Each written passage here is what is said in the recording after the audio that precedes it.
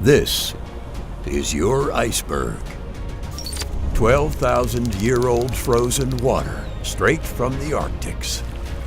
After traveling for more than 7 years, it has finally arrived on the shores of Newfoundland, Canada.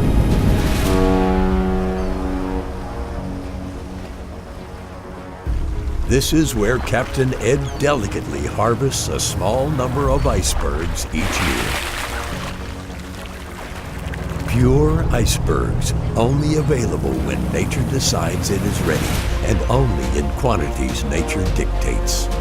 A pristine gift, holding the purest water on Earth. Have you ever tasted an iceberg?